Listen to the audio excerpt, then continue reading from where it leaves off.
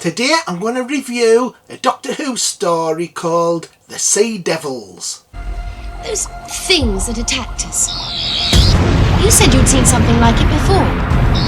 They emerged from some caves in Derbyshire. The Sea Devils was broadcast in 1972 and it's from Season 9, Story 3 and it's a 6-parter. The story features Roger Delgado as the Master. Roger Delgado appeared in 8 stories and this is the 6th. The story also introduces the Sea Devils that would later return in Warriors of the Deep. The story was directed by Michael A. Briant and written by Malcolm Clarke, who also wrote Doctor Who and the Silurians. The music was by Malcolm Clarke and it's a strange experimental music score. The Sea Devils had lots of location filming, which is unusual for a Doctor Who story at this time. The story is also unusual that unit regulars don't appear in it, so there's no Brigadier Mike Yates or Sergeant Benton. Instead we get the Royal Navy. There's a great iconic moment in this story where the Sea Devils rise from the ocean, and the story is classed as one of the best in the series. The Sea Devils stars John Pertwee as the 3rd Doctor, Katy as Jo Grant, and Roger Delgado as the Master. So the plot's about the Master.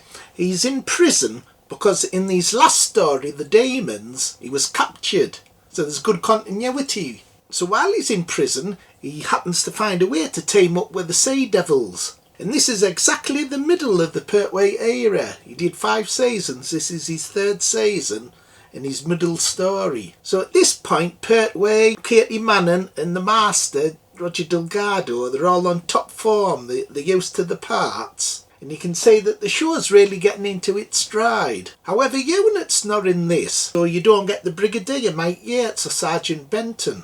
And they're a big miss, actually. It's unusual watching a Pertwee story without them in. One that's set on Earth, you'd expect to see them appear, but they don't in this one. Instead, you get the Royal Navy appearing, and a bunch of other characters. You get a character called Trenchard, who runs the prison, and he's in with the Master. You get a character called Captain Hart, and then you get a character called Walker. He's a really funny character, a pompous politician. Hey, Phil! Why are politicians always portrayed in Doctor Who as shithouses? Yeah, you're right, Holmes, they are. It's because the buggers are shithouses in real life, that's why.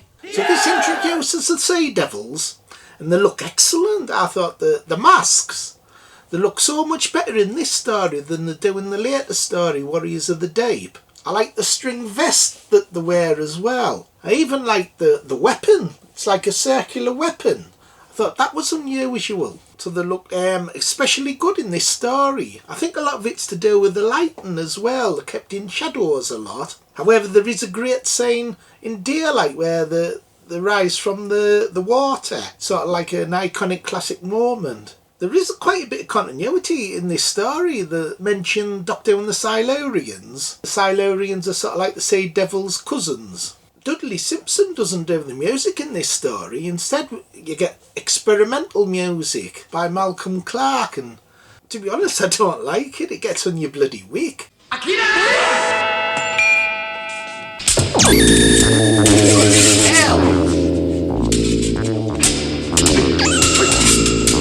It's bloody awful music. I've got that sort of music. Yeah, that bloody music. I think I'm fucking deaf now. What a bloody racket. There's even a sword fight in this story.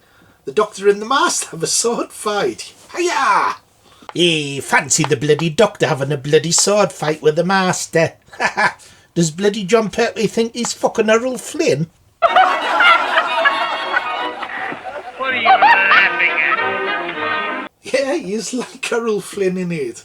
One of the big things that I like about this story is the location footage outside. Instead of having your studio-bound story. It's so much better when they go outside and do some filming. And the shots on the beach are really good. Especially like when the Doctor uses his sonic screwdriver to explode some mines. Thought that was really good. When they do use sets, they're really good. I like the Sea Devils set right at the end, the last couple of episodes. That's a good use of lighting as well. It's dark. It has like a green look to it.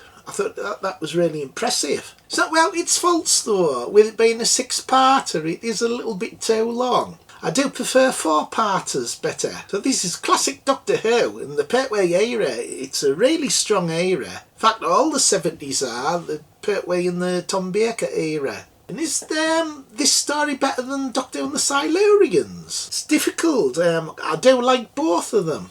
I'll wait until I review the Doctor Who and the Silurians one before I can make my mind up which one's best. So out of 10, I must knock a point off because of the lousy music. So out of 10, I'm going to give it 9. 9 out of 10. Really good story. I didn't think Bones would you like it. I thought it was excellent, Phil. You can't beat 70s Doctor Who. Better than that bloody modern crap. But okay, everybody, bye. See you next time. I'll subscribe and share. Bye.